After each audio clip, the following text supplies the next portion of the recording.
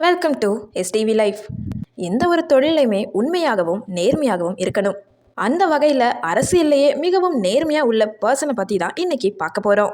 First ஏடிஎம்கேவோட Chennai mayor, businessman, chairman of Manidhaneyam IAS academy, அது மட்டும் இல்லாமல் பல அரசு துறைகளுக்கு வேலை வாங்கி கொடுக்குற அகாடமிக்கும் சேர்மன்.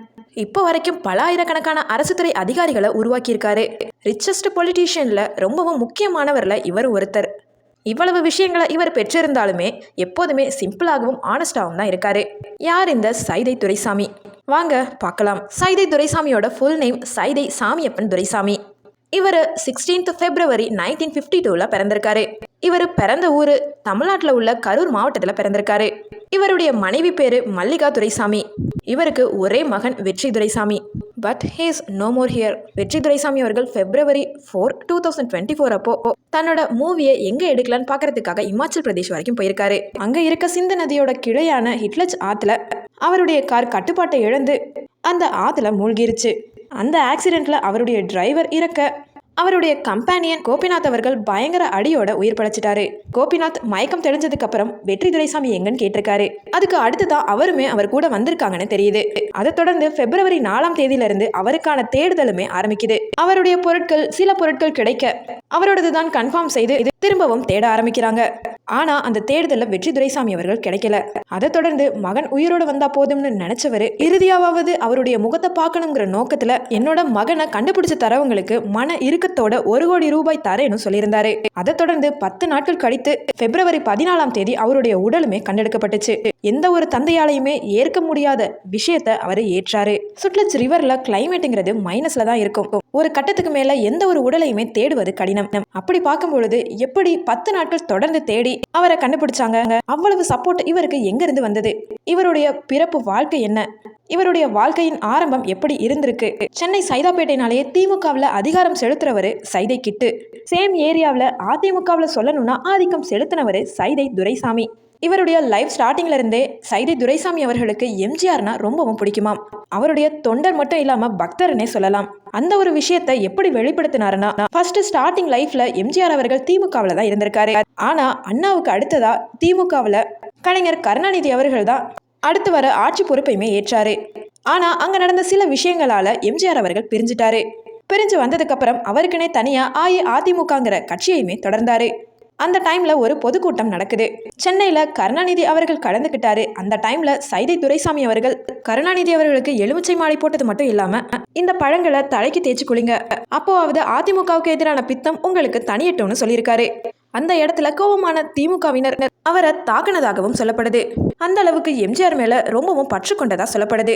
அந்த வகையில 1984 அதிமுக சார்பில் சென்னையில உள்ள சைதாப்பேட்டை தொகுதியில போட்டியிட்டு அன்னைக்கு வெற்றியும் பெற்றிருக்காரு. எம்ஜிஆர் அவர்கள் இறந்ததுக்கு அப்புறமா அவருடைய கட்சிங்கிறது 2ஆ பிரிஞ்சிருக்கு. அதுல அதிமுக ஜானகியாகவும் அதிமுக ஜெயலலிதாவும் பிரிஞ்சிருக்கு. ஆனா சைதை துரைசாமி அவர்கள் அதிமுக ஜானகி அவர்களுக்கு சப்போர்ட் செஞ்சு அவங்களுடைய கட்சியில இருந்திருக்காரு. ஆனா ஜானகி அவர்களும் கட்சியை விட்டு விலகினதுக்கு அடுத்ததா சைதை துரைசாமி அவர்களும் கட்சியை விட்டு விலகியதான் இருந்திருக்காரு. அதை தொடர்ந்து அவர் வீட்டுக்கிட்டேயே மனிதநேய அறக்கட்டளைங்கிற பேர்ல ஒரு சின்ன உணவகத்தையுமே ஸ்டார்ட் பண்ணியிருக்காரு. அந்த இடத்துல மற்ற ஹோட்டல்ல இருக்க மாதிரி விலை அதிகமா உள்ள உணவா இல்லாம ரொம்பவும் ஹெல்த்தியாகவும் ஹைஜீனிக்காகவும், அது மட்டும் இல்லாமல் விலை ரொம்பவும் குறைவாக இருக்க மாதிரி ஒரு உணவகத்தையுமே ஸ்டார்ட் பண்ணியிருக்காரு. அதை தொடர்ந்து இந்தியாவில் உள்ள கவர்மெண்ட் எக்ஸாமுக்காக படிக்கிறவங்களுக்கும் IAS IPS எக்ஸாமுக்காக படிக்கிறவங்களுக்கும் ஒரு அகாடமியையும் ஸ்டார்ட் பண்ணியிருக்காரு. அந்த அகாடமியில் பல்லாயிரக்கணக்கான அரசு அதிகாரிகளையுமே உருவாக்கியிருக்காரு. அதை தொடர்ந்து சட்டமன்ற தேர்தல் 2011 வருது. அந்த டைம்ல கொளத்தூர் தொகுதியில யாரை இறக்குறதுல ஜெயலலிதா அவர்கள் யோசனையா இருந்திருக்காங்க. ஆனா அவங்களுக்கு சைதை துரைசாமி அவர்களோட பேரு ஸ்பார்க் ஆகுது. அந்த ஒரு காரணத்துக்காக அவரை வீட்டுக்கு அழைச்சு அதை பத்தி பேசி அவரை சம்மதிக்க வச்சு அந்த சட்டமன்ற தேர்தலையுமே அவர் கலந்துக்கிறாரு. பல போராட்டங்களை தொடர்ந்து ஆனா அவருக்கு அந்த சட்டமன்ற தேர்தலில் வெற்றியை கொடுக்கல, தோல்வியை தான் அடைஞ்சாரு. அடுத்ததா வந்த உள்ளாட்சி தேர்தலில் சென்னை மேயர் பதவி வேட்பாளரா அறிவிக்கப்பட்டாரு சைதை துரைசாமி அவர்கள். அதை தொடர்ந்து சென்னை மேயராகவும் வெற்றி பெற்றிருக்காரு. அதை தொடர்ந்து திரும்பவும் ஜெயலலிதாவோட நம்பிக்கை உரிய மனிதராகவும் மாறியிருக்காரு. ஜெயலலிதா அவர்கள் ஹாஸ்பிட்டல்ல ரொம்பவும் சீரியஸா இருக்கும்போது சென்னை மாநகராட்சி சார்பில் கவுன்சிலர் பொசிஷனுக்காக போட்டியிடக்கூடிய அதிமுக வேட்பாளர் பட்டியலும் ரிலீஸ் பண்ணப்பட்டிருக்கு.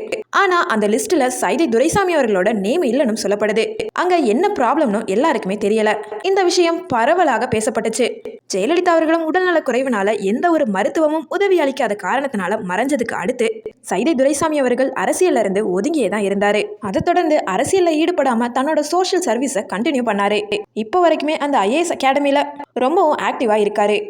சைதை துரைசாமி அவர்கள் வாங்கின பெஸ்ட் அவார்ட்ஸ் என்னன்னு பார்த்தோம்னா சென்னையோட பெஸ்ட் மேயர் அவார்டு வாங்கியிருக்காரு. அதை தொடர்ந்து பெஸ்ட் சோஷியல் ஒர்க்கர் அவார்டும் வாங்கியிருக்காரு. Best educationalist award, best businessman award, தன்னோட ஆனரான கேரக்டருக்காக பல யூனிவர்சிட்டியில டாக்டரேட் அவார்டும் வாங்கியிருக்காரு.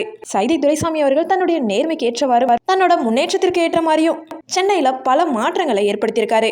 அந்த வகையில் 2011 வருஷத்துலேருந்து 2016 வருஷம் வரைக்கும் every year free laptops, bicycles, uniform, அது மட்டும் இல்லாமல் கார்பரேஷன் ஸ்கூல்ஸ்க்கு குவாலிட்டியான எஜுகேஷனையும் இன்ஃப்ராஸ்ட்ரக்சரையும் ரெடி பண்ணி கொடுத்துருக்காரு. ஹைஜீனிக்காகவும் நியூட்ரிஷனோட கஷ்டப்படுற மக்களுக்காகவும் அங்கே பக்கத்தில் ஒர்க் பண்ணுறவங்களுக்காகவும் ஒரு நாமினல் ரேட்டில் அம்மா கேன்டீன்ஸையுமே கிரியேட் பண்ணியிருக்காரு. அதை தொடர்ந்து 24/7 டைமில் அங்கே யாருக்காவது ஏதாவது ஒரு ப்ராப்ளம் ஏற்பட்டாலோ அந்த இஷ்யூவை சால்வ் பண்ணுறதுக்காக, கம்ப்ளைண்ட் பண்ணுறதுக்காக அம்மா கால் சென்டருங்கிற நேமில் கிரியேட் பண்ணியிருக்காரு. அதை தொடர்ந்து அங்கே இருக்க மெரினா பீச்சுக்கு பயங்கர மெயின்டெனன்ஸும் கொடுத்துருக்காரு. அதை தொடர்ந்து பல ஃபெசிலிட்டிஸையுமே கிரியேட் பண்ணி அதை ஒரு என்டர்டைன்மெண்ட் பிளேஸாக மாற்றிருக்காரு. இதை தொடர்ந்து parks, playgrounds, libraries, community halls, Chennai சிட்டியில் பப்ளிக் டாய்லெட்ஸ், பசுமையான இடத்தை இன்னும் இன்க்ரீஸ் பண்ணியிருக்காரு. அது மட்டும் இல்லாமல் சென்னை சிட்டியை இன்னும் அழகாகவும் சுத்தமாகவும் மாற்றிருக்காருன்னு தான் சொல்லணும். அதை தொடர்ந்து bus shelters, food paths, street lights, traffic signals, இந்த மாதிரி சென்னை சிட்டியில் பல சேஞ்சஸையுமே கொண்டு வந்திருக்காரு.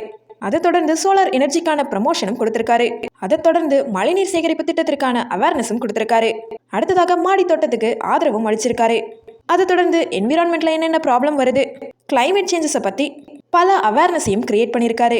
இவ்வளவு சொல்யூஷன்ஸாக மக்களுக்காக கொடுத்திருக்காரு. இவற்றை சிறப்பிக்கும் விதமாக பல அவார்ட்ஸையுமே வின் பண்ணியிருக்காரு. அது மட்டும் இல்லாமல் பல்லாயிரக்கணக்கான அரசு அதிகாரிகளை உருவாக்கின பெருமையுமே இவரை மட்டும்தான் சேரும். அவருடைய இன்ஸ்டியூட்டில் படிக்கிற பசங்களை சாதாரண மாணவனாக மட்டும் எண்ணாமல் அனைவரையுமே தன்னோட மகனாகவும் மகளாகவும் தான் சொல்லுவார்.